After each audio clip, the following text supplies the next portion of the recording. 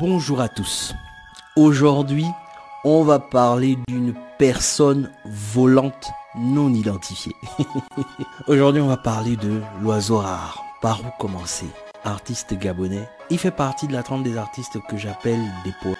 Pourquoi? Parce qu'il a un tel sens de la mélodie que tu te dis, tu peux pas avoir un sens de la mélodie à un moment donné si tu ne maîtrises pas les mots et la connotation que tu peux leur donner. Le mélange est détonnant. Rien que dans le nom, l'oiseau rare, tu te dis, il y a quelque chose de particulier à s'appeler l'oiseau rare, mais c'est pas un hasard. C'est vraiment un oiseau très rare qui chante et rappe vraiment très bien. Découvrons ça en détail. Alors, quand tu écoutes l'oiseau rare, tu es automatiquement transporté dans une espèce d'ambiance.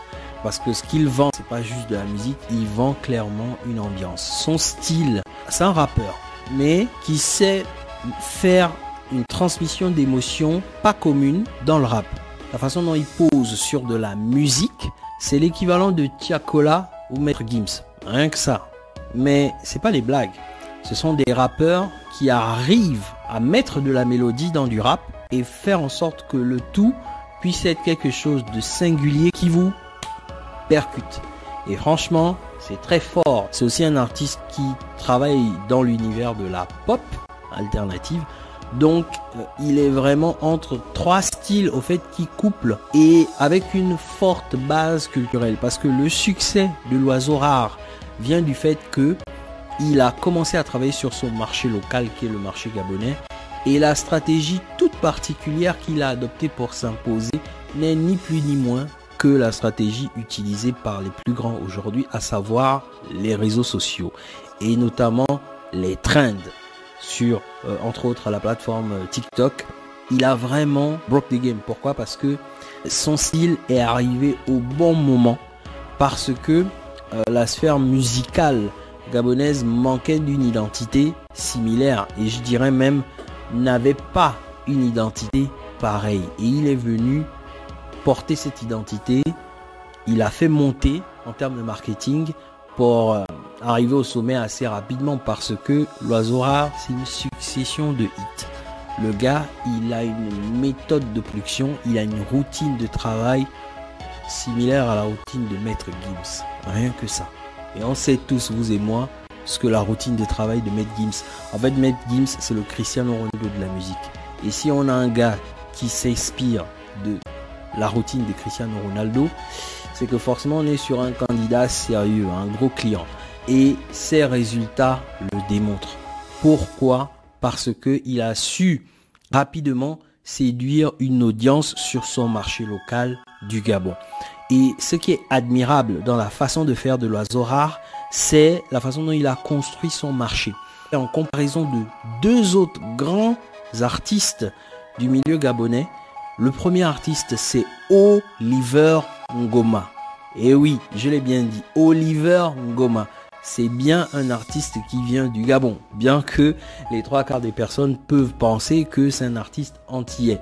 Il s'est illustré dans le zouk entre les années 90 et le début des années 2000. Et franchement, c'est une grosse pointure. Pourquoi? Dans la façon dont il a construit sa carrière, il a construit sa carrière sur de la musique qui parle au peuple.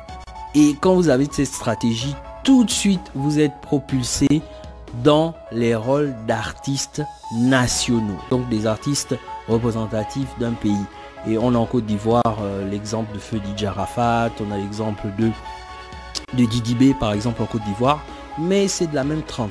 C'est une personne qui a construit sa carrière en faisant en sorte que sa musique puisse avant tout parler au peuple et à une grande majorité du peuple. Et il y a un autre artiste qui avait le même créneau et à peu près la même stratégie, c'est l'artiste Kaki Disco. Donc c'est un nom assez anecdotique, mais c'était une pointure. Et du coup, la façon dont il a construit son créneau artistique, et Oliver Ngoma aussi, c'est un peu la somme des deux. Je le vois comme la somme des deux parce que il a une forte base locale et ensuite il a travaillé sur le fait d'exporter sa musique. Et le fait d'exporter sa musique, on le voit aujourd'hui parce qu'il est en train de multiplier les feats, notamment avec des artistes ivoiriens et d'autres artistes. Et franchement, la façon dont il se positionne, c'est forcément une façon qui le rend éligible à postuler sur d'autres marchés. Sa musique s'exporte bien hein, parce que sa base est forte et dans ses albums, il y a de la variété. Donc, il y a de la collaboration et de la musique pour consolider son marché local.